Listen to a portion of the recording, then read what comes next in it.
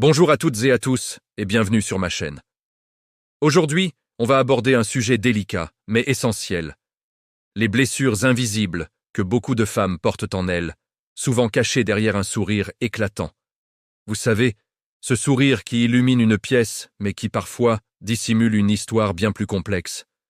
On a tous connu ou côtoyé une femme qui semble tout gérer à la perfection, qui est toujours là pour les autres, qui ne se plaint jamais. Une amie, une sœur, une mère, une collègue.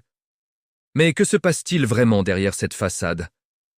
Dans notre société, on attend souvent des femmes qu'elles soient fortes, résilientes, qu'elles absorbent les chocs sans broncher. On leur apprend dès le plus jeune âge à prendre soin des autres, à être à l'écoute, à mettre leurs propres besoins de côté. C'est une force, bien sûr, cette capacité d'empathie et de dévouement. Mais c'est aussi un fardeau.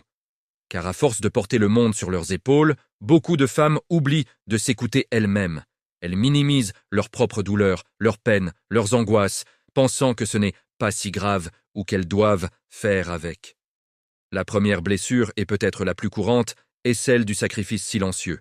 Combien de femmes ont mis leurs rêves, leur carrière, leur passion entre parenthèses pour leur famille, leurs partenaires, leurs enfants. Ce n'est pas toujours un choix subi, souvent c'est fait par amour, un amour immense et inconditionnel.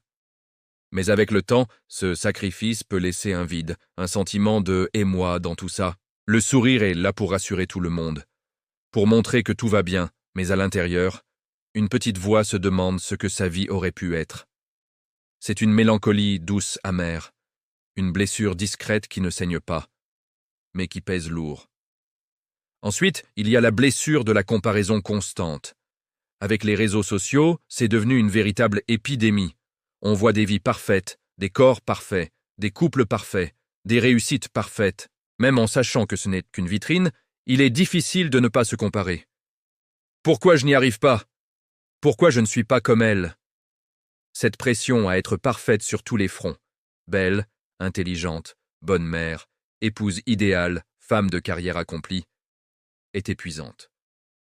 Chaque petit échec, chaque imperfection devient une source de honte, une blessure narcissique qu'on cache sous des filtres et des sourires forcés. On se sent seul dans cette course à la perfection, alors qu'en réalité, des millions d'autres femmes ressentent exactement la même chose. Parlons aussi de la blessure émotionnelle infligée par les autres. Les petites phrases assassines, le manque de reconnaissance, le fameux mansplaining, la charge mentale invisible. Ces micro-agressions quotidiennes, prises isolément, peuvent sembler anodines. Mais accumulées, jour après jour, elles creusent des sillons profonds. Elles érodent la confiance en soi, l'estime de soi. La femme sourit, encaisse, ne dit rien pour ne pas faire d'histoire. Mais chaque pic est une petite entaille de plus sur son cœur. Elle apprend à se blinder, à construire une armure. Mais sous l'armure, la peau est à vif. C'est une solitude immense que de sentir que sa propre sensibilité n'est pas comprise, pas respectée. Et puis, il y a des blessures plus profondes, plus sombres. Celles laissées par des relations toxiques, des trahisons, des deuils non résolus. Quand on a été blessé en amour, quand on a fait confiance et que cette confiance a été brisée, il est incroyablement difficile de s'ouvrir à nouveau. Le sourire devient un mécanisme de défense, un mur pour empêcher quiconque de s'approcher trop près, de voir la vulnérabilité et la peur qui se cachent derrière. On dit « tout va bien, je suis passé à autre chose ». Mais la nuit, les fantômes du passé reviennent nous hanter. Guérir de telles blessures prend du temps, beaucoup de temps, et ce n'est pas un chemin linéaire. Il y a des hauts et des bas, et il est crucial de s'autoriser à ne pas être forte tout le temps. La bonne nouvelle, c'est qu'on n'est pas obligé de porter ces blessures seule et en silence. La première étape, la plus courageuse, c'est de reconnaître leur existence. C'est de s'autoriser à ne pas aller bien. Votre douleur est légitime, vos sentiments sont valides. Ne laissez personne vous dire le contraire. Le fameux « sois forte » est parfois le pire conseil qu'on puisse donner. Parfois, il faut juste s'autoriser à être faible, à pleurer, à être en colère. La deuxième étape, c'est d'en parler. Trouvez une personne de confiance, une amie, un membre de votre famille, quelqu'un qui saura vous écouter sans jugement. Parfois, le simple fait de verbaliser ce qu'on ressent est incroyablement libérateur. Ça rend la douleur réelle, tangible, et donc plus facile à affronter. Si vous sentez que le poids est trop lourd, n'hésitez jamais à consulter un professionnel, un thérapeute, un psychologue.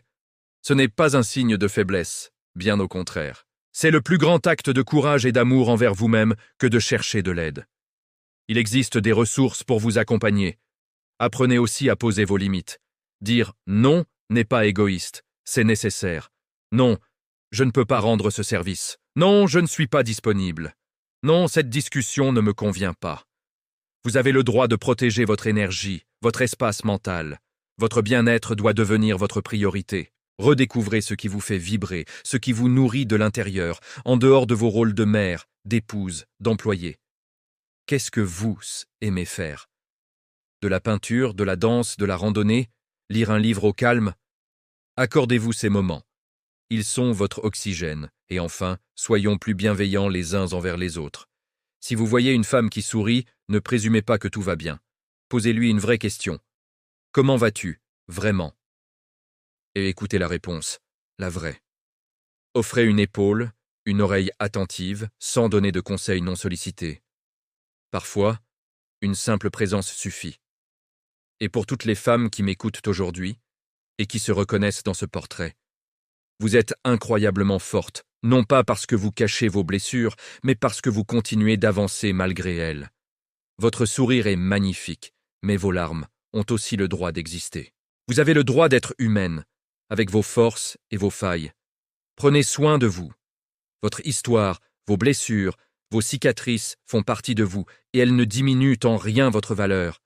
Au contraire, elles témoignent de votre parcours et de votre résilience. Merci de m'avoir écouté jusqu'au bout.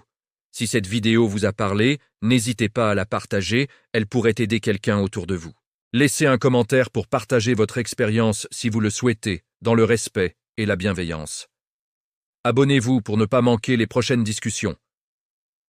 Je vous dis à très bientôt, et surtout, prenez soin de la personne la plus importante de votre vie, vous-même.